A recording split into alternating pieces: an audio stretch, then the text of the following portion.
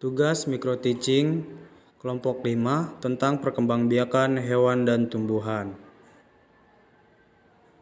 Nah, di sini slide anggota kelompok kami. Selamat menyaksikan. 5, 4, 3, 2, 1. All system ready. Siapa yang pernah melihat telur ayam menetas atau kucing melahirkan anak-anaknya? Mengapa hewan-hewan bisa memiliki anak ya? Yap, jawabannya karena hewan bisa berkembang biak. Bukan hanya hewan, tumbuhan juga berkembang biak. Perkembangbiakan ada yang generatif dan ada juga yang vegetatif. Apa bedanya ya? Perkembangbiakan generatif melalui proses pembuahan sehingga dibutuhkan dua individu, jantan dan betina. Sifat anak mereka merupakan variasi dari kedua induknya. Sebaliknya, perkembangbiakan vegetatif tidak melalui pembuahan, sehingga cukup dengan satu individu. Sifat anaknya pun akan sama persis dengan induknya. Hewan ovipar berkembang biak dengan cara bertelur.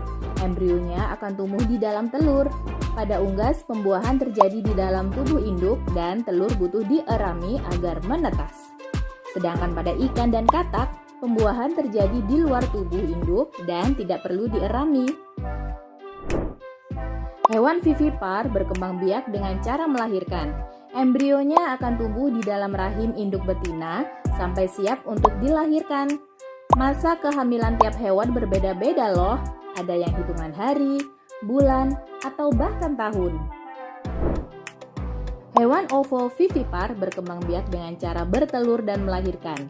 Maksudnya gimana ya? Jadi, embrio hewan ini akan berkembang di dalam telur sama seperti ovipar. Tapi, telur tersebut akan menetas di dalam tubuh induknya. Setelah itu, anaknya dilahirkan. Contohnya pada kadal dan beberapa jenis ular. Tumbuhan juga berkembang biak dengan cara vegetatif dan generatif. Vegetatif pada tumbuhan dibagi lagi menjadi vegetatif alami dan vegetatif buatan.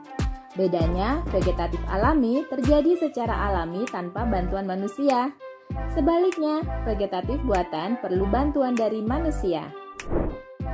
Contoh vegetatif alami adalah spora pada tumbuhan paku dan lumut, rizoma atau akar tinggal pada jahe dan kunyit, umbi lapis pada bawang merah dan bawang putih, dan umbi batang pada kentang dan ubi jalar.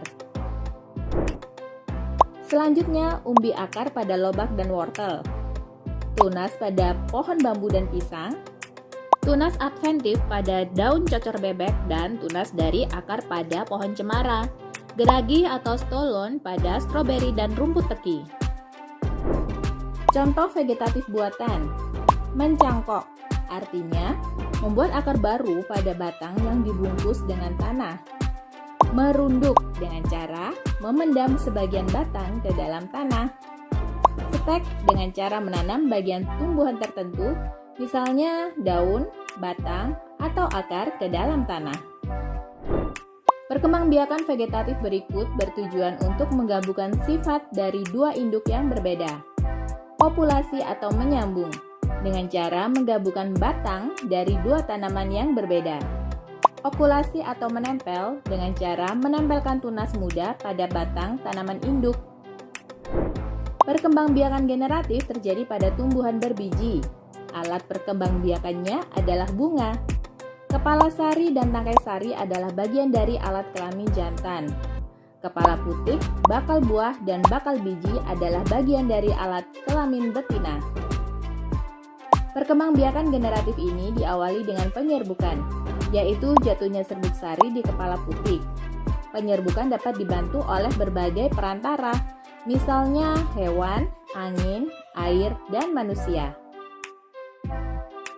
Setelah penyerbukan, barulah terjadi pembuahan. Serbuk sari yang mengandung sel sperma akan melebur dengan sel telur dalam bakal biji. Pembuahan akan menghasilkan zigot, dan zigot tumbuh menjadi biji.